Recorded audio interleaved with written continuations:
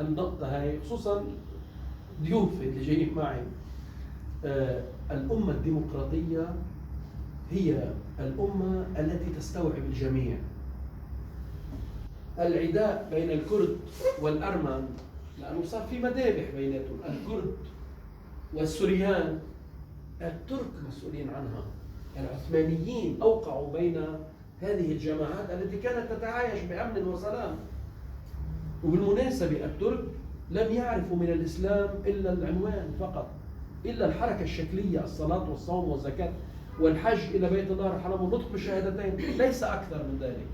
أما الكرد لا، عاشوا التسامح مع الفئات الثانية. من أوقع بين الكرد والجماعات الأخرى هم الأتراك. ومن صحح نظرة الأقليات المسيحية الأرمنية والسوريانية هو تحديدا عبد الله أوجلان.